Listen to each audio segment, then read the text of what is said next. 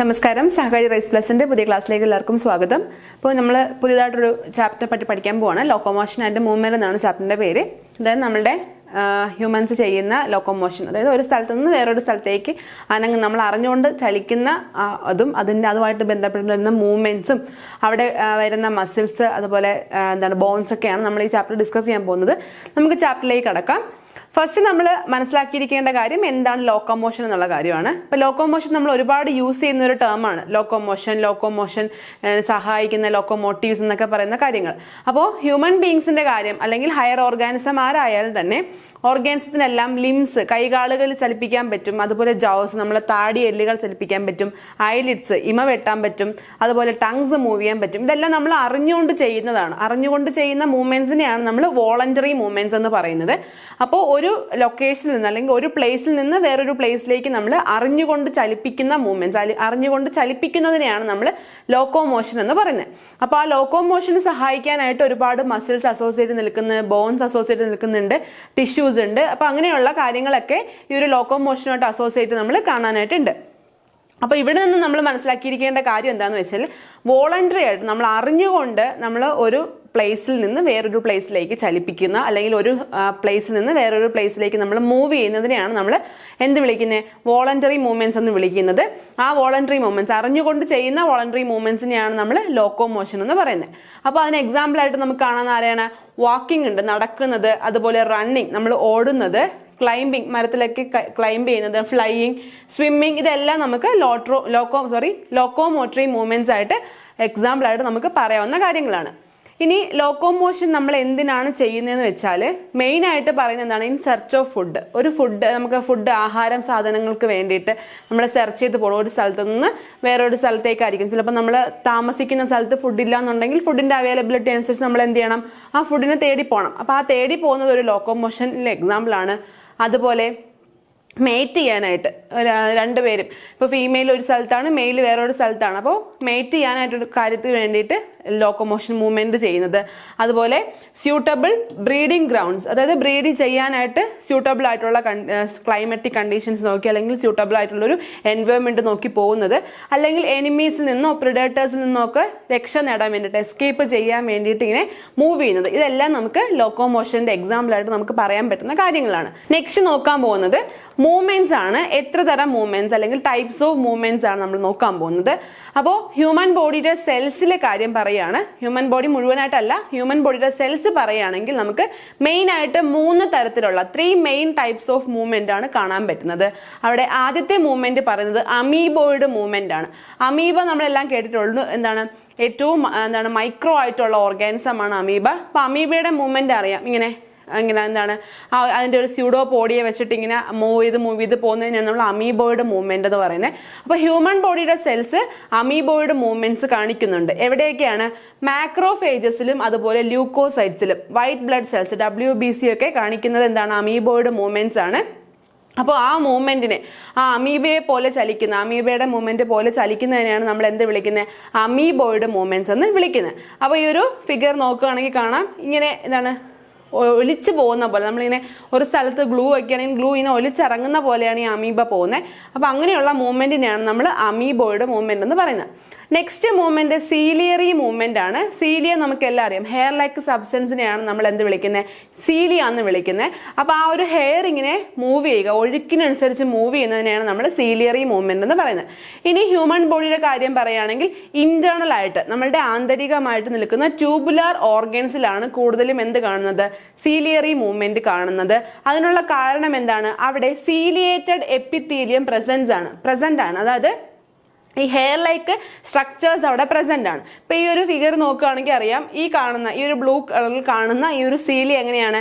ഈ വെള്ളത്തിലൊക്കെ ചില ചെടികൾ ഇങ്ങനെ ആടി നിൽക്കുന്ന പോലെ ഈ സീലി എപ്പോഴും ഇങ്ങനെ മൂവ് ചെയ്തുകൊണ്ടേ നിൽക്കും.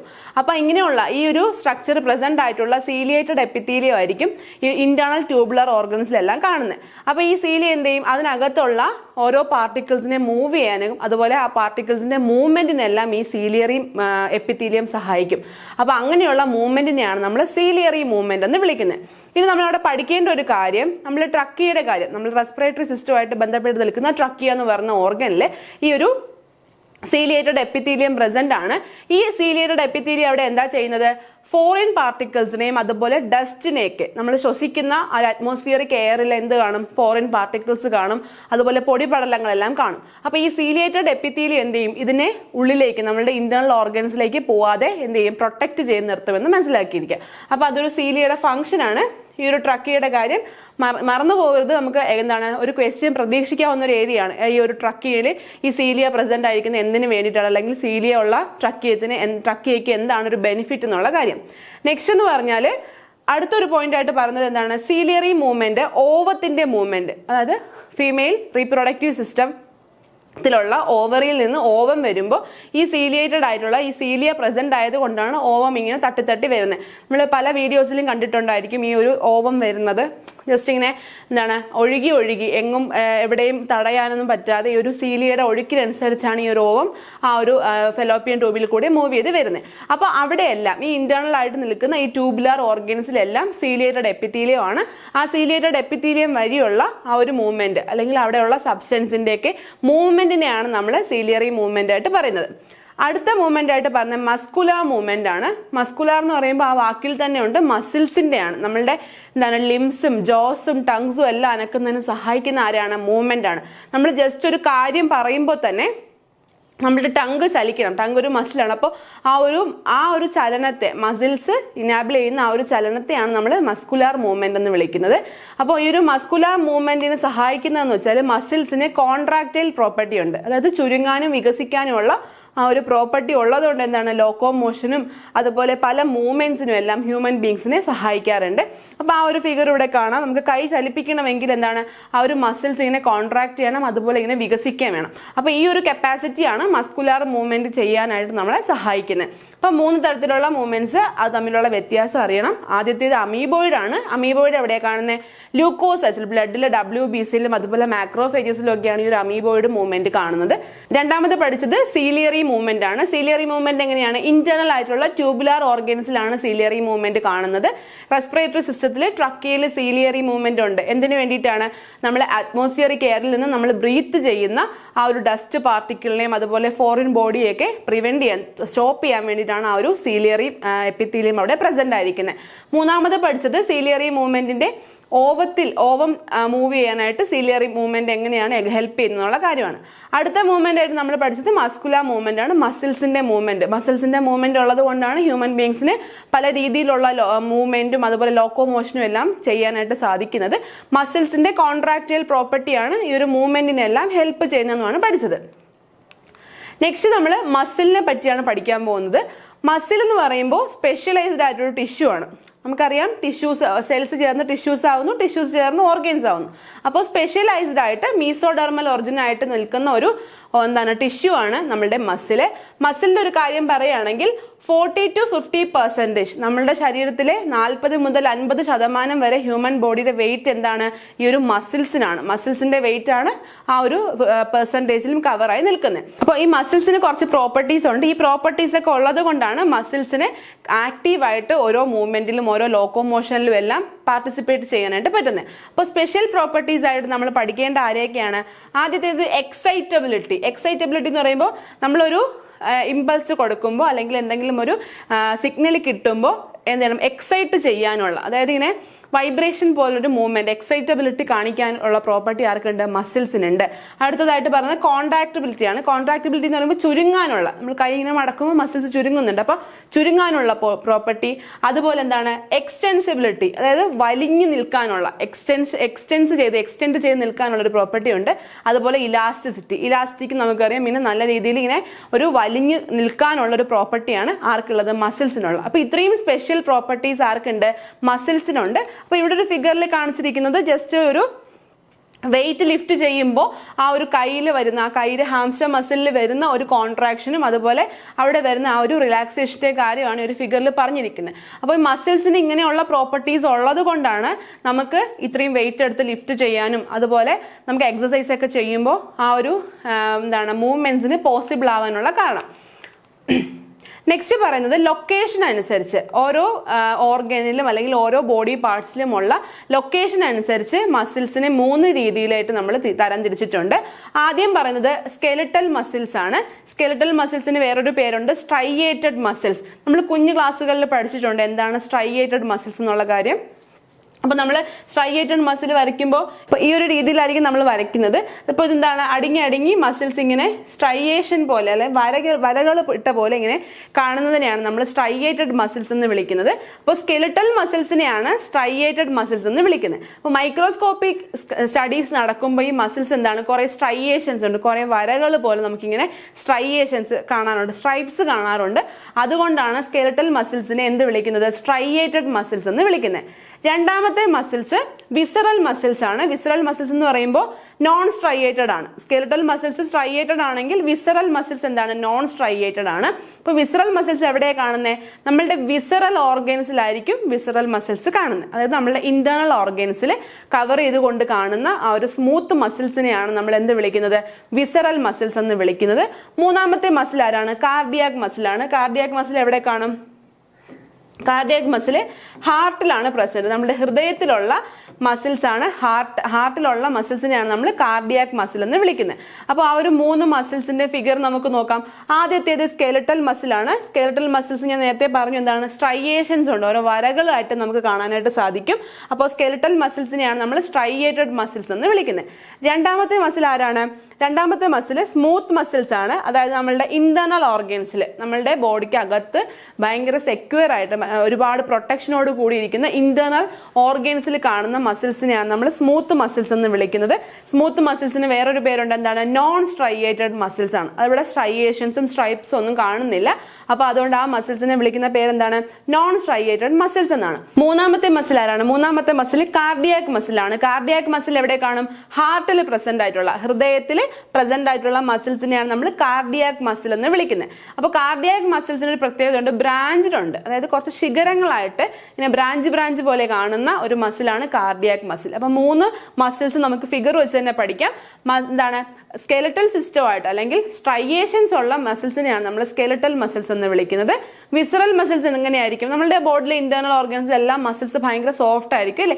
നമ്മുടെ ഇന്റേണൽ ഓർഗൻസ് നോക്കുകയാണെങ്കിൽ ഇപ്പം അധികം ഇന്റേണൽ ആയിട്ട് പോയില്ലെങ്കിലും നമ്മുടെ വായുടെ അകത്തുള്ള ആ ഒരു അവിടെയുള്ള സെൽസ് വരെ ഭയങ്കര സോഫ്റ്റ് ആയിരിക്കും അല്ലേ? അപ്പോൾ ഏറ്റവും ഉള്ളിലേക്ക് പോകുമ്പോൾ എങ്ങനെയായിരിക്കും? കുറച്ചും കൂടി സോഫ്റ്റ് ആയിരിക്കും. അപ്പോൾ ആ ഒരു സോഫ്റ്റ് ആയിട്ട് നിൽക്കുന്ന മസിൽസിനെ നമ്മൾ സ്മൂത്ത് മസിൽസ് എന്ന് വിളിക്കും. സ്ട്രൈയേഷൻസ് ഒന്നും കാണിക്കാത്തത് കൊണ്ട് നമ്മൾ അതിനെ എന്ത് വിളിക്കും? നോൺ സ്ട്രൈയേറ്റഡ് മസിൽസ് എന്ന് വിളിക്കും. മൂന്നാമത്തെ ആള് കാർഡിയാക് മസിലാണ്. ഹൃദയത്തിൽ കാണുന്ന ആ ഒരു ബ്രാഞ്ചിലായിട്ട് നിൽക്കുന്ന മസിലാണ് കാർഡിയാക് മസിൽസ്. നെക്സ്റ്റ് നമുക്ക് ഈ പഠിച്ച 3 ലൊക്കേഷൻ അനുസരിച്ച് നമ്മൾ 3 തരത്തിൽ തരംതിരിച്ച മസിൽസിലെ ആദ്യത്തെ ആയിട്ടുള്ള സ്കെലിറ്റൽ മസിലിനെ പറ്റി നമുക്ക് കുറച്ച് നോക്കാം. സ്കെലിറ്റൽ മസിൽസ് എന്ന് പറയുമ്പോൾ സ്കെലിറ്റൽ കമ്പോണൻസുമായിട്ട് ക്ലോസ്ലി അറ്റാച്ച്മെന്റ് നിൽക്കുന്നതായിരിക്കും. ആ പേരിൽ തന്നെ ഉണ്ട് സ്കെലിറ്റൽ മസിൽസ് എന്ന് പറയുമ്പോൾ സ്കെലിറ്റനുമായിട്ട് ബോൺസുമായിട്ട് ക്ലോസ് ആയിട്ട് നിൽക്കുന്ന മസിൽസ് ആണ് ആര്? Skeletal muscles. സ്കെലിറ്റൽ മസിൽസിന് എന്താണ് സ്ട്രൈപ്ഡ് ആയിട്ടുള്ള അപ്പിയറൻസ് ഉണ്ട്. സ്ട്രൈപ്പ് എന്ന് പറയുമ്പോൾ ചെറിയ വരകളാണ്, ഇങ്ങനെ സ്ട്രൈപ്സ് ആയിട്ട് നമുക്ക് മൈക്രോസ്കോപ്പിക് സ്റ്റഡിയിൽ കാണാൻ പറ്റും.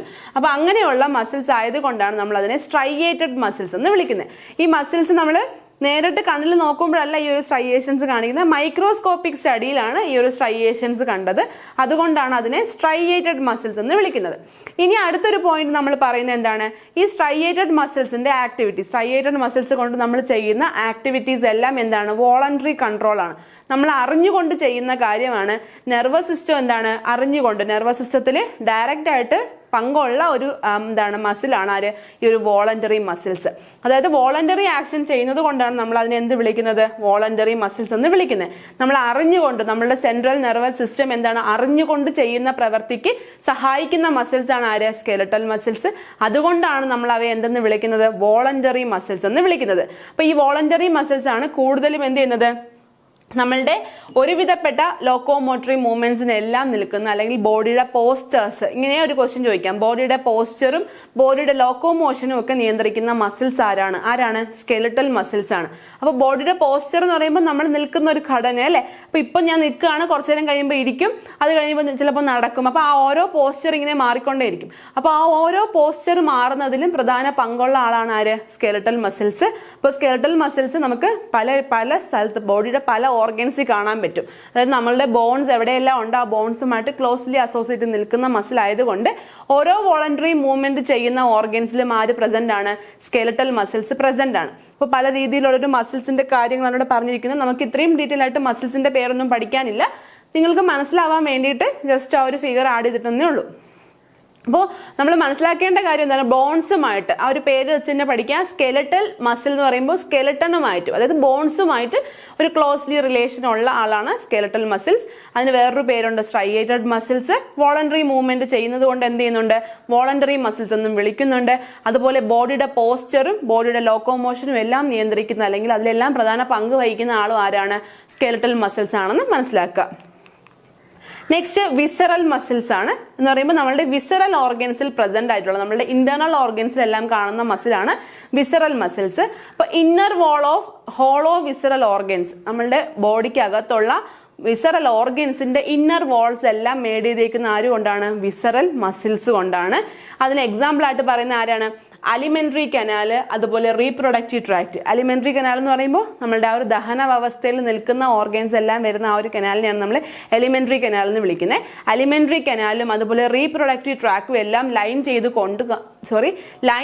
കാണുന്ന ആ ഒരു മസിൽസിനെയാണ് നമ്മൾ വിസറൽ മസിൽസ് എന്ന് വിളിക്കുന്നത്. ആ ഒരു വിസറൽ മസിൽസിനെ നമ്മൾ മൈക്രോസ്കോപ്പിന്റെ അണ്ടറിൽ വെച്ച് സ്റ്റഡി ചെയ്യുമ്പോൾ അവിടെ പ്രത്യേകിച്ച് സ്ട്രൈപ്സോ അല്ലെങ്കിൽ സ്ട്രൈയേഷൻസോ ഒന്നും കാണിക്കാത്തത് കൊണ്ട് തന്നെ നമ്മളെ അവ എന്തെന്ന് വിളിക്കുന്നു? സ്മൂത്ത് മസിൽസ് എന്ന് വിളിക്കുന്നു. സ്മൂത്ത് അപ്പിയറൻസ് ആണ്, അതായത് ഒരു വരകളോ അല്ലെങ്കിൽ സ്ട്രൈപ്സോ ഒന്നും കാണുന്നില്ല. അതുകൊണ്ട് എന്താണ്? സ്മൂത്ത് അപ്പിയറൻസ് ആണെന്ന് പറയുന്നു. സ്മൂത്ത് അപ്പിയറൻസ് ആയതുകൊണ്ട് നമ്മളെ അവയെ എന്തെന്ന് വിളിക്കുന്നു? സ്മൂത്ത് മസിൽസ് എന്ന് വിളിക്കുന്നു, അല്ലെങ്കിൽ നോൺ സ്ട്രൈയേറ്റഡ് മസിൽസ് എന്ന് വിളിക്കുന്നു. സ്ട്രൈപ്സ് ഒന്നും കാണുന്നില്ല, സ്ട്രൈയേഷൻസ് ഒന്നും കാണിക്കുന്നില്ല, അതുകൊണ്ട് നമ്മൾ അവയെ നോൺ സ്ട്രൈയേറ്റഡ് മസിൽസ് എന്ന് വിളിക്കുന്നു. ഇനി ഇതിന്റെ ആക്ടിവിറ്റീസ് എല്ലാം വോളണ്ടറി കൺട്രോളിൽ നിൽക്കുന്നതല്ല, സെൻട്രൽ നെർവസ് സിസ്റ്റത്തിന്റെ കൺട്രോളിൽ ഡയറക്റ്റ് കൺട്രോളിൽ നിൽക്കുന്ന ആക്ടിവിറ്റീസ് അല്ല ആര് കാണിക്കുന്നത്? സ്മൂത്ത് മസിൽസ് കാണിക്കുന്നത്. അതുകൊണ്ട് തന്നെ അവയെ നമ്മൾ എന്തെന്ന് വിളിക്കുന്നു? ഇൻവോളണ്ടറി മസിൽസ് എന്ന് വിളിക്കുന്നു. ഇപ്പോൾ സ്കെലറ്റൽ സിസ്റ്റമായിട്ട് നമ്മളെ ലോക്കോമോഷൻ നമ്മൾ നടക്കുമ്പോഴും ഇരിക്കുമ്പോഴും സഹായിക്കുന്നുണ്ട്. അത് വോളണ്ടറി കൺട്രോളിൽ വരുന്നതുകൊണ്ട് വോളണ്ടറി മസിൽസ് എന്ന് വിളിച്ചു. പക്ഷെ നമ്മളുടെ ഇന്റേണൽ ഓർഗൻസ്, നമ്മളുടെ വിസറൽ റീപ്രൊഡക്റ്റീവ് ട്രാക്കിന്റെയും അലിമെന്ററി കനാലിന്റെയും ഒക്കെ മൂവ്മെന്റ്സ് നമുക്ക് കൺട്രോൾ ചെയ്യാൻ പറ്റുന്നതല്ല. അപ്പൊ അത് സെൻട്രൽ നെർവസ് സിസ്റ്റത്തിന്റെ ആ ഒരു വോളണ്ടറി കൺട്രോളിൽ വരാത്തത് കൊണ്ട് ആ മസിൽസിനെ നമ്മൾ എന്തെന്ന് വിളിക്കുന്നു? ഇൻവോളണ്ടറി മസിൽസ് എന്ന് വിളിക്കുന്നു. അതിന് എക്സാമ്പിൾ ആയിട്ട് ആരെയാണ് ഇവിടെ തന്നേക്കുന്നത് നോക്കാം. Transportation of food through digestive tract. നമ്മൾ വായിലേക്ക് ആഹാരം വെച്ചിട്ട് അതെന്തെയും ഈസോഫാഗസ് വഴി നമ്മളുടെ സ്റ്റൊമക്കിലേക്ക് എത്തുകയാണ്. അപ്പോൾ നമ്മൾ കഴിച്ച് നമുക്ക് ഇങ്ങനെ ഇവിടെ ഈ തൊണ്ട കഴിഞ്ഞ് ഈസോഫാഗസിലേക്ക് ഇറങ്ങുന്ന സമയത്ത് നമ്മൾ വിചാരിക്കുകയാണ് അയ്യോ ഇത് വയറ്റിലേക്ക് എത്തണ്ട എന്ന് വിചാരിച്ച് നമുക്ക് അതിന് എന്തെങ്കിലും ചെയ്യാൻ പറ്റുമോ? ഒരിക്കലും ചെയ്യാൻ പറ്റില്ല. അല്ലെങ്കിൽ നമ്മൾ എന്ത് ചെയ്യണം? അതിനെ വൊമിറ്റ് ചെയ്ത് കളയണം. അതല്ലാതെ നമുക്ക് നിൽക്കട്ടെ അല്ലെങ്കിൽ ആ ഒരു ഫുഡ് അവിടെ പോണ്ട സ്റ്റോപ്പ് ചെയ്തോന്ന് വെക്കുമ്പോൾ അതങ്ങനെ നമുക്ക് നമ്മളുടെ കൺട്രോളിൽ വരാത്തൊരു കാര്യമാണ്. അപ്പോൾ അതുകൊണ്ടാണ് അതിനെ എന്ന് വിളിക്കുന്നത്? ഇൻവോളണ്ടറി മസിൽസ് എന്ന് വിളിക്കുന്നത്. അപ്പോൾ ഫുഡ് ഡൈജസ്റ്റീവ് ട്രാക്റ്റിലേക്ക് എത്തുന്ന ആ ഒരു മൂവ്മെന്റ് ഇൻവോളണ്ടറി കൺട്രോളിൽ വരുന്ന ഒരു എക്സാമ്പിൾ ആണ്. അടുത്തത് ആരാണ്? Gametes through genital tract. Gametes, അതായത് ഇപ്പോൾ ഫീമെയിൽസിന്റെ കാര്യം പറയുകയാണെങ്കിൽ മെൻസ്ട്രേഷൻ നടക്കുന്ന സമയത്ത് ഓവം റിലീസ് ആവുകയാണ്. അപ്പോൾ ഓവം റിലീസ് ആവാൻ നമുക്ക് ഓവം എപ്പോഴാണ് റിലീസ് ആവുന്നതെന്ന് കറക്റ്റ് ആയിട്ട് നമുക്ക് ആ ഒരു ടൈമും ആ ഒരു പീരീഡും ഒന്നും നമുക്ക് അങ്ങനെ പറയാൻ പറ്റില്ല. ജസ്റ്റ് നമുക്കുള്ള എല്ലാം ഒരു അസ്യൂമേഷൻ അല്ലെങ്കിൽ മുന്നേ നടന്ന മെൻസ്ട്രൽ ഡേറ്റ് വെച്ചിട്ടൊക്കെ നമുക്ക് അങ്ങനെ പറയാൻ പറ്റും. അപ്പോൾ ഈ ഓവം റിലീസ് ആവണ്ട, സ്റ്റോപ്പ് ചെയ്തോ, ഇനി എന്താണ് ഈ മന്തിൽ നമുക്ക് മെൻസ്ട്രേഷൻ പീരീഡ് വേണ്ട, ഗ്യാമീറ്റിന് ഈ പ്രാവശ്യം ട്രാൻസ്ഫർ ചെയ്യേണ്ട അല്ലെങ്കിൽ മൂവ്മെന്റ് നടത്തണ്ട എന്ന് വിചാരിക്കുമ്പോൾ നമുക്ക് സ്റ്റോപ്പ് ചെയ്യാൻ പറ്റില്ല. അപ്പോൾ അതും എന്താണ്? നമുക്ക് ഇൻവോളണ്ടറി മസിൽസ് അല്ലെങ്കിൽ ഇൻവോളണ്ടറി കൺട്രോളിൽ വരുന്ന കാര്യമാണ്. അപ്പോൾ ആ ഒരു ഇൻവോളണ്ടറി മസിൽസിനെ കാണിക്കുന്ന ഒരു ഫിഗർ ആണ് ഉള്ളത്. ഇന്റേണൽ ഓർഗൻസിനെ കവർ ചെയ്തുകൊണ്ട് അലിമെന്ററി കനാൽ ആണെങ്കിലും റീപ്രൊഡക്റ്റീവ് ട്രാക്ട് ആണെങ്കിലും അവിടെ കവർ ചെയ്ത് കാണുന്ന മസിൽസിനെയാണ് നമ്മൾ എന്ത് വിളിക്കുന്നത്? സ്മൂത്ത് മസിൽസ് എന്ന് വിളിക്കുന്നത്, അല്ലെങ്കിൽ നോൺ സ്ട്രൈയേറ്റഡ് മസിൽസ്, അതും അല്ലെങ്കിൽ എന്താണ്? വിസറൽ മസിൽസ് എന്ന് വിളിക്കുന്നത്. നെക്സ്റ്റ് കാർഡിയാക് മസിൽ ആണ്. കാർഡിയാക് എന്ന പേര് പറയുന്നത് പോലെ തന്നെ ഹാർട്ടിലാണ് കാർഡിയാക് മസിൽസ് കാണുന്നത്. അപ്പോൾ മസിൽസ് ഓഫ് ഹാർട്ടിനെയാണ് നമ്മൾ കാർഡിയാക് മസിൽസ് എന്ന് വിളിക്കുന്നത്. ഒരുപാട് കാർഡിയാക് മസിൽസ് ഇങ്ങനെ എന്താണ്? അസംബിൾ ചെയ്തിട്ട് ബ്രാഞ്ചിങ് പാറ്റേണിൽ ഒരുപാട് ശിഖരങ്ങളായിട്ട് നിൽക്കുന്ന പോലെയാണ് ആര് കാണുന്നത്? കാർഡിയാക് മസിൽ കാണുന്നത്. അപ്പോൾ അപ്പിയറൻസ് കൊണ്ട് അത് കാണുമ്പോൾ നമുക്ക് എന്താണ്? അതൊരു സ്ട്രൈയേറ്റഡ് പോലെ തോന്നും. അതുപോലെ എന്താണ്? ഇൻവോളണ്ടറി നേച്ചറാണ്, നമുക്ക് കൺട്രോൾ ചെയ്യാൻ പറ്റില്ല. ഇപ്പോൾ അങ്ങ് വിചാരിക്കുകയാണ് ഹൃദയം നിന്ന് പോട്ടെ, നമുക്കൊരിക്കലും കൺട്രോൾ ചെയ്യാൻ പറ്റില്ല. അപ്പോൾ നെർവസ് സിസ്റ്റത്തിന്റെ എന്താണ്? ഡയറക്റ്റ് കൺട്രോളിലും അല്ല ആര് നിൽക്കുന്നത്? ഈ ഹാർട്ടിന്റെ മസിൽസ് ആയിട്ടുള്ള കാർഡിയാക് മസിൽസ് നിൽക്കുന്നത്. അപ്പൊ ഇത്രയും കാര്യങ്ങളാണ് നമ്മൾ പറഞ്ഞത്. എന്താണ്? ആ ഒരു പാർട്സ് എവിടെയാണ് ആ മസിൽസിന്റെ പ്രസൻസ്, പാർട്സ് അനുസരിച്ച് നമ്മൾ 3 ആയിട്ടാണ് തിരിച്ചത്. ആദ്യത്തേത് സ്കെലറ്റൽ മസിൽസ്, രണ്ടാമത്തേത് വിസറൽ മസിൽ, മൂന്നാമത്തേത് കാർഡിയാക് മസിൽസ്. ഓരോന്നിന്റെ പ്രോപ്പർട്ടീസും കണ്ടു, ഓരോന്നും എന്തൊക്കെ ഫംഗ്ഷനിലാണ് ഇൻവോൾവ് ആവുന്നതെന്ന് നമ്മൾ കണ്ടു. എല്ലാവരും നന്നായിട്ട് വർക്ക് ചെയ്യൂ. All the best. Thank you.